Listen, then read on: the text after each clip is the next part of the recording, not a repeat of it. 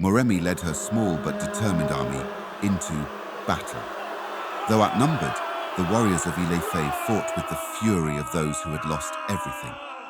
As the spirits descended upon them, the magical fire burned bright blue, cutting through their spectral forms as if they were mere shadows.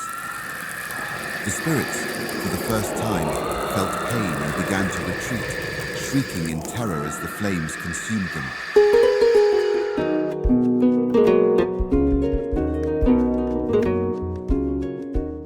Hello.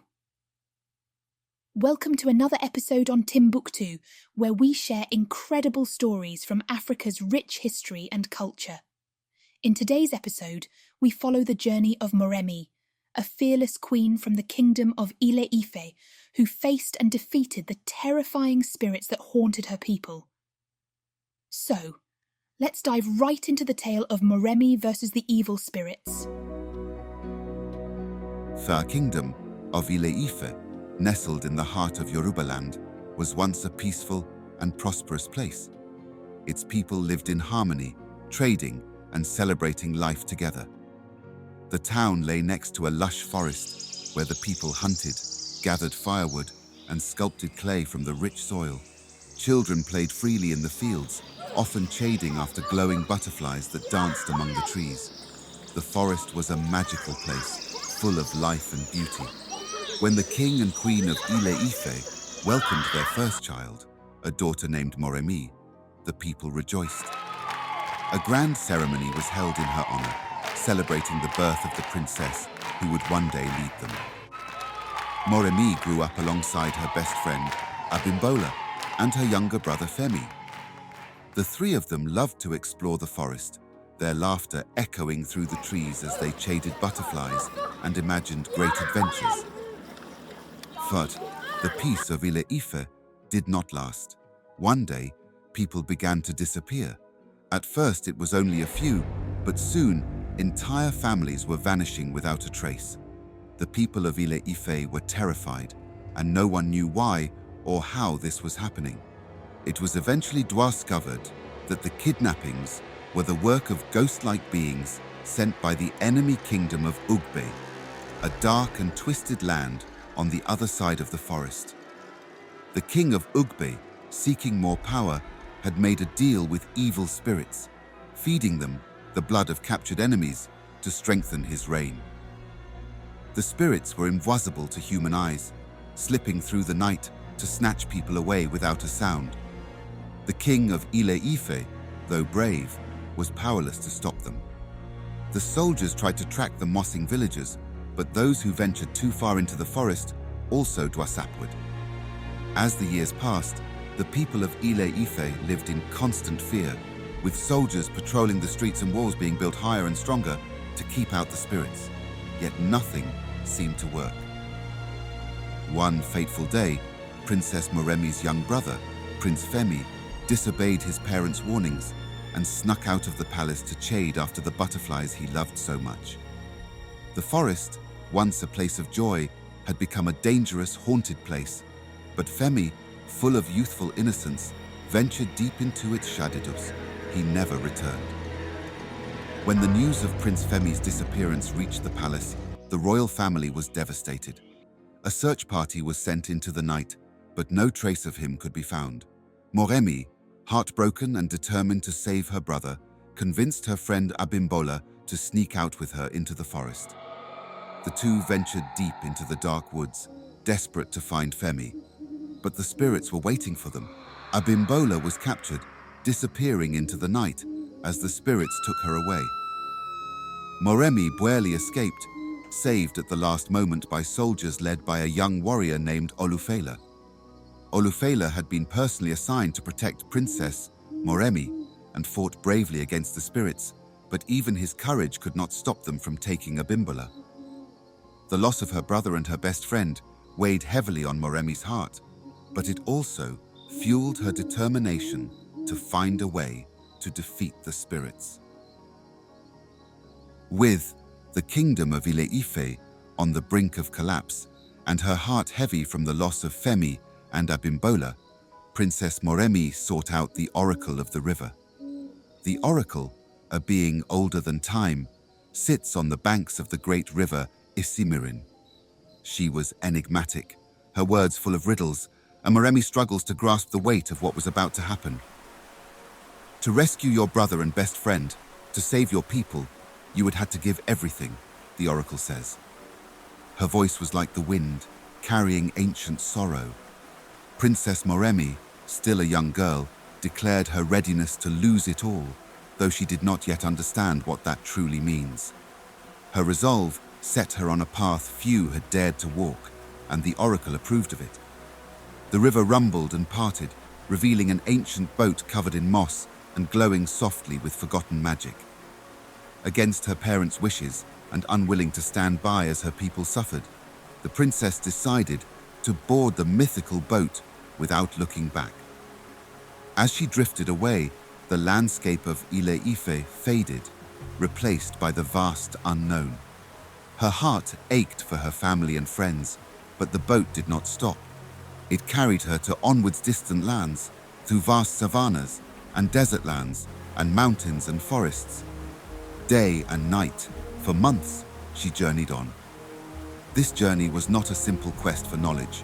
It was a brutal transformation, one that stripped Princess Moremi of her innocence and tested the limits of her body, mind, and spirit. The boat carried her through kingdoms such as Ghana, Mali, and Songhai, where she trained in combat, strategy, and sorcery. The road was not easy. Her body and spirit were tested, and she faced grueling challenges that pushed her to the brink of despair. Yet, through the pain and suffering, Princess Moremi grew stronger. She learned the ways of the warrior. She learned the wisdom of different peoples, their strengths and their secrets, and she vowed to bring this combined knowledge back to save her homeland of Ile-Ife from the evil spirits of Ugbe. Her training began in the kingdom of Ghana, where she learnt the discipline of a soldier. The soldiers of Ghana trained her in hand-to-hand combat, archery, and the art of patience. Like a hunter, she learnt to master her emotions, to fight with precision rather than anger. The training was grueling.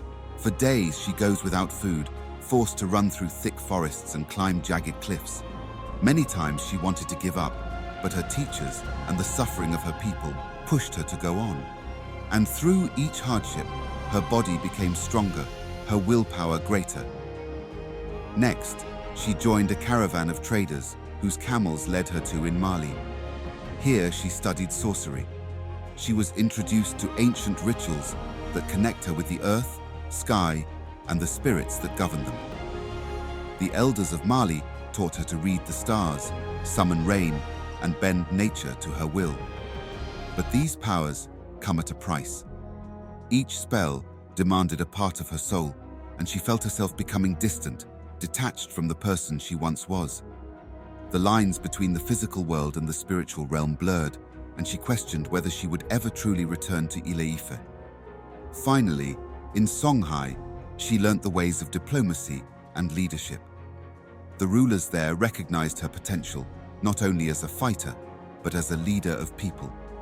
She was taught how to negotiate peace, command armies, and inspire loyalty in others. The lessons were harsh. She witnessed betrayals, wars, and the destruction that unchecked power can bring. This period hardened her emotionally, and she grew to understand that power must be tempered with wisdom and empathy. Years passed. Princess Moremi grew stronger, wiser, and more capable. Yet the pain of her journey was constant. She endured physical and emotional trials that pushed her to the edge of her humanity. She learnt not only how to fight, but how to navigate the murky waters of power and sacrifice. She lost friends, gained in these foreign lands, suffered physical and emotional wounds, and confronted her own fears. At the same time, however, each challenge brought her closer to becoming the warrior queen she was destined to be. Moremi returned to Ile-Ife, her hair streaked with grey from the weight of her experiences. She was no longer the carefree young girl who once played among the butterflies in the forest. Time and sorrow had changed her, transforming her into something else, both human and more than human. Her eyes, once full of youthful wonder, now carried the heaviness of all she had endured, but behind them burned a fierce determination. As she entered the kingdom, she was struck by the devastation that greeted her. Ife, once a thriving kingdom filled with music and laughter, lay in ruin. The streets, where children used to run and merchants used to sing the prowesses of their wares, were eerily silent. Cracked walls and crumbling buildings bore witness to years of neglect and suffering. The grand marketplace, once alive with color and sound, stood barren, with nothing but dry wind sweeping through the empty stalls. The forest that had once stood as a symbol of life and abundance was now twisted and dark. Its once vibrant trees now gnarled and lifeless. The air carried a sense of mourning, as if the land itself wept for what had been lost. When Moremi reached the palace, she barely recognized it. Her mother, the once queen of Ife, lived in near poverty, stripped of the regal splendor she had once known. She sat surrounded by the last of her loyal subjects, their faces etched with sorrow and weariness. They too had aged before their time, their spirits broken by the relentless oppression of the spirits that roamed their land. Moremi's heart clenched as she saw her mother. The woman who had once been a symbol of strength and wisdom now seemed hollowed out, her eyes dulled by years of grief. "Mother," Moremi whispered, her voice catching in her throat. Her mother lifted her gaze, and for a brief moment, her eyes flickered with recognition, but they quickly filled with tears, reflecting all the pain and anguish she had endured in her daughter's absence. She did not rush to embrace Moremi as she once would had. Instead, she simply looked at her with the sorrow of a woman who had lost too much and waited too long. Moremi felt the weight of her people's despair pressed in on her like an invisible force. She had been their chosen savior, their hope in dark times. But as she looked around, she realized that time had not waited for her. The kingdom was already broken, its people forced to live underground like rats, hiding from the evil spirits that still haunted the land, tormenting them day and night. Just then, General Olufela, once a proud and youthful warrior, approached her. Though still fierce, the years had not been kind to him. His face was lined with premature age, and his body, once swift and strong, moved with the heaviness of someone who had fought too many battles without victory. Yet, when he saw her, his eyes filled with hope and disbelief. "We thought you were lost," he said, his voice trembling with emotion. He stretched out his arms toward her, his hardened exterior cracking under the weight of his relief. Moremi felt a deep pang in her chest. She had been gone for so long, and in that time, the people who had depended on her had suffered endlessly. Her absence had come at a great cost, too great. The devastation she witnessed was not just physical, it was in the very air, in the spirit of her people who now lived in fear and hiding. Her mother's tear-filled eyes told her more than words ever could. They spoke of nights spent weeping for her lost daughter, of a kingdom slipping into despair while they waited for their salvation. Moremi felt her own heart break, but her resolve hardened. She was no longer the girl who left Ife years ago. She had faced unimaginable horrors and made sacrifices no one else could understand. And now, standing amidst the ruins of her home, she knew her journey was far from over. Moremi straightened her back, her grey-streaked hair catching in the faint wind. She looked into the eyes of her mother, of General Olufela, of the few remaining people of Ife, and made a silent vow. The spirits had not yet been defeated, but she had returned, and though the kingdom lay in ruins, she would rise again to fight for her people. She had given too much to abandon them now. The time for grieving was over. The time for battle had begun. Determined to end the terror once and for all, Princess Moremi devised a daring plan. She convinces General Olufela and her remaining allies that the only way to defeat the spirits was to infiltrate the kingdom of Ugbe. she must allow herself to be captured by the spirits, just as her brother and friend were, so that she can find the source of the evil. To defeat the source of this evil, and if they were still alive, recue her people. And so, against the protests of everyone, she set out into the forest alone, waiting for the spirits to take her. That night, the spirits come, swift and silent as always. They captured Moremi, carrying her high into the sky, past the trees, and into the realm of Ugbe. The air was thick with darkness, and the kingdom of Ugbe was shrouded in an eternal night. Upon her arrival, the evil king of Ugbe, enchanted by her beauty and strength, crowned her as his queen. She plays the part, using her newfound position to learn the kingdom's secrets. While the king celebrated his victory, Moremi secretly began plotting. She infiltrated the heart of Ugbe's power, learning all its defenses and gaining the trust of its people.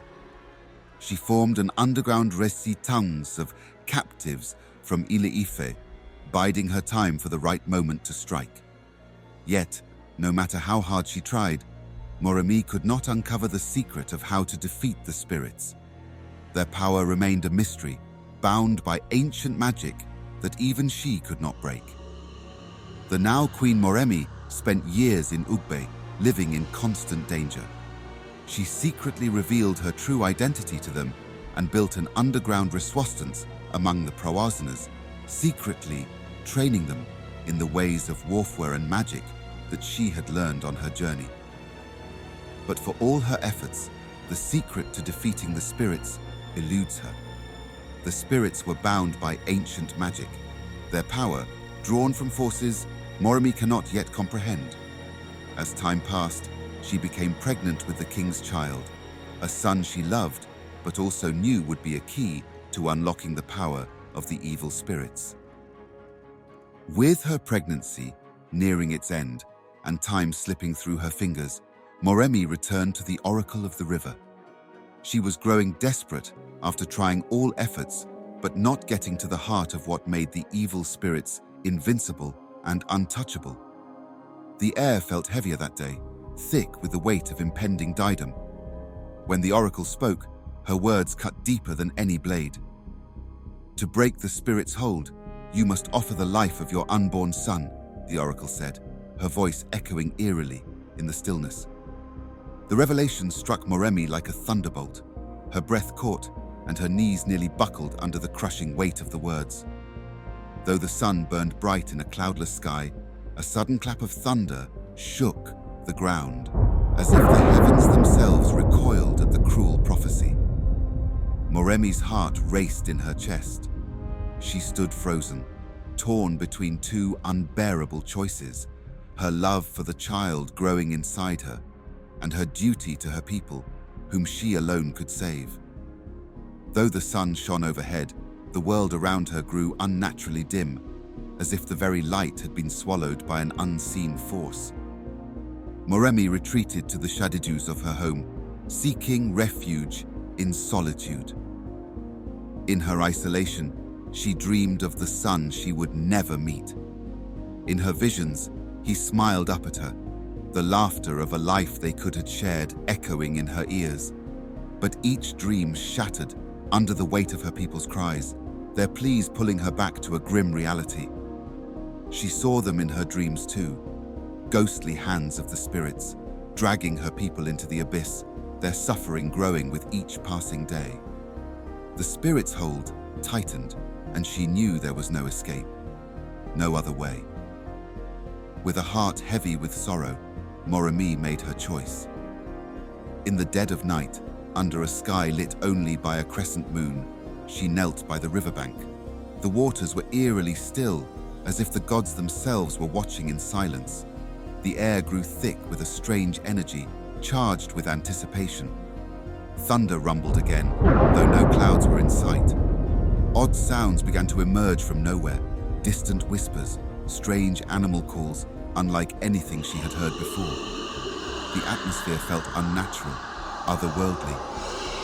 Moremi placed her hands on her belly, feeling the life inside her for the last time. Tears blurred her vision as she whispered her farewell to the son she would never meet, her voice breaking with every word. Then, in a solemn ritual, she offered him to Esimerin, the god of the river. The waters swirled around her feet, shimmering with ancient power, and a cold gust of wind swept through the valley as if nature itself mourned her sacrifice. The moment the ritual ended, Moremi felt it, the life within her slipping away. A hollow ache filled her chest, deeper than any grief she had ever known. The price was paid. In return for her unimaginable sacrifice, the oracle gave her the knowledge she sought, a special kind of fire, an ember that could burn through the spirit's magic and defeat them. The flames were unlike any she had ever seen before, blue, cold to the touch, yet capable of burning even in water. The ember glowed in her hands, its eerie light a haunting reminder of the life she'd given to wield its power. Moremi stared at the ember, its cold fire tingling against her skin. She knew the battle ahead would be fierce, but the spirits would no longer have the upper hand. With this final weapon, she could strike at the heart of their power and free her people once and for all. But the cost of victory would forever weigh heavy on her soul. Armed with the knowledge of the fire, Moremi began her escape from Ugbe. She freed Abimbola and her brother, who had both grown into strong young adults during their years of captivity. Together, they fled through the forests, pursued by the king's cavalry and the spirits. In a tragic turn of events, Femi was struck dead by an arrow as they neared the safety of Ile-Ife. Moremi and Abimbola dragged his dying body into the underground chambers, where he died in the arms of his mother, who had yearned for him for years. Femi's death weighed heavily on Moremi, adding to the grief of losing her unborn son, her father, and the many people of If. But her mother's comforting words helped her find the strength to continue. The people of Ile-Ife had suffered long enough. With the magical embers in hand, years of training, and a small army committed to freeing their people from the evil rule of Ugbe, Moremi began preparing her kingdom for war. General Olufela rallied the remaining warriors, many of whom had lived in hiding, their spirits broken by years of terror under the spirits and Ugbe's oppression. Moremi stood before them, no longer the young princess they had once known, but a warrior queen who had faced countless trials. Her voice carried the weight of her journey as she spoke to them, offering not just hope, but a plan for their survival. Together, Moremi and Olufela devised a strategy that would make use of the ember's power. They fashioned arrows, spears, and torches that would carry the magical blue fire, a flame that burned cold, yet could destroy the spirits who had terrorized them for so long. Every warrior who dipped their weapon into the fire could feel its strange, eerie energy coursing through the metal. The night before the battle, the air was heavy with anticipation. Moremi stood at the edge of the dark forest, gazing out into the abyss where the enemy forces waited. She had already lost her son to gain the knowledge needed to defeat them, and the sacrifice weighed heavily on her heart. Yet she knew that her journey had led her to this moment. Her people were counting on her, and her homeland was at the brink of collapse. As dawn approached, the ground began to shake. The king of Ugbe had arrived with his full army, including the malevolent spirits that had once seemed invincible. Their ghostly forms hovered just beyond the tree line, waiting for their chance to strike. The forest seemed to groan and growl, alive with the presence of evil. Moremi led her small but determined army into battle. Though outnumbered, the warriors of Ile-Ife fought with the fury of those who had lost everything. As the spirits descended upon them, the magical fire burned bright blue, cutting through their spectral forms as if they were mere shadows. The spirits, for the first time, felt pain and began to retreat, shrieking in terror as the flames consumed them. The king of Ugbe, seeing his spirits falter, led his cavalry into the battle. But Moremi, Olufela, and the warriors of Ile-Ife fought with unmatched ferocity. Olufela, wielding a spear lit with the blue fire, charged at the king of Ugbe. The two clashed in a brutal duel, each fighting not just for victory, but for the fate of their people. Olufela, though exhausted, managed to wound the king deeply, weakening his command over the spirits. As the battle raged, Moremi led a group of elite fighters into the heart of Ugbe's army. With her sword glowing with the blue flames, she cut through the enemy forces, aiming for the king's command post. Ugbe's forces, now without the protection of their spirits, began to crumble under the combined strength of Ile-Ife's warriors and Moremi's strategic attacks. The battle reached its climax when Moremi, face to face with the king of Ugbe, unleashed the full power of the ember flames. The king, desperate and cornered, tried to summon the spirits once more, but they had been vanquished by the fire. His reign of terror ended in a blaze of blue light as Moremi plunged her blade into his heart, igniting his body with the magic that had once empowered him. The people of Ile-Ife erupted in victorious cries as Ugbe's forces fled. The spirits were gone, their power broken, and the kingdom of Ugbe was absorbed into Ile-Ife. The long nightmare had come to an end. Both a time of mourning and celebration. Many lives had been lost, including Prince Femi, whose memory weighed heavily on Moremi. The people of Ile-Ife, though victorious, were still a broken and battered nation. The once thriving kingdom had been reduced to ruins by years of fear and despair. Yet, with the spirits gone and the king of Ugbe defeated, a new hope began to take root. Moremi stood by her mother's side as the old queen wept for her lost son and lost people. Femi's death had left a wound that could never fully heal, but his sacrifice had not been in vain. He had given his life so that others might live, and in his honor, the people of Ile-Ife held a grand ceremony.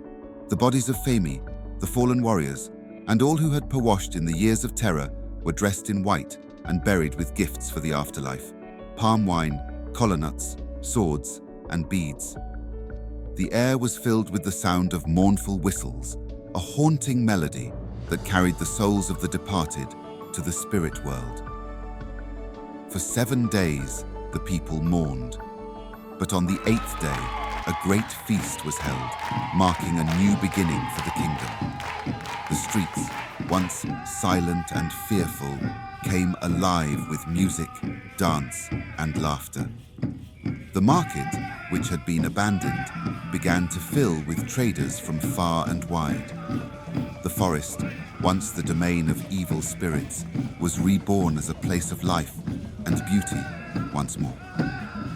Moremi and General Olufela, bound by their shared struggle and love for their people, were wed in a grand ceremony. Together, they took the throne as king and queen of the newly unified kingdom of Ife. Under their rule, peace and prosperity flower-washed. The kingdom grew larger, stronger, and more vibrant than ever before. The people who had once cowered underground now walked freely in the streets, their hearts filled with hope. As the years passed, Moremi and Olufela had many children, and the kingdom prospered. The forest, now free from the grip of dark forces, became a place where hunters roamed in search of game. Sculptors gathered the finest wood, and children once again shaded glowing butterflies. The legacy of Moremi's journey, her sacrifices, and her courage would be remembered for generations, and to this very day, people celebrate her. Thanks for joining us today on Timbuktu, where we followed Moremi's brave battle against the evil spirits that terrorized her people. If you would like to watch more of such epic African legends and untold stories, be sure to like, share, and subscribe.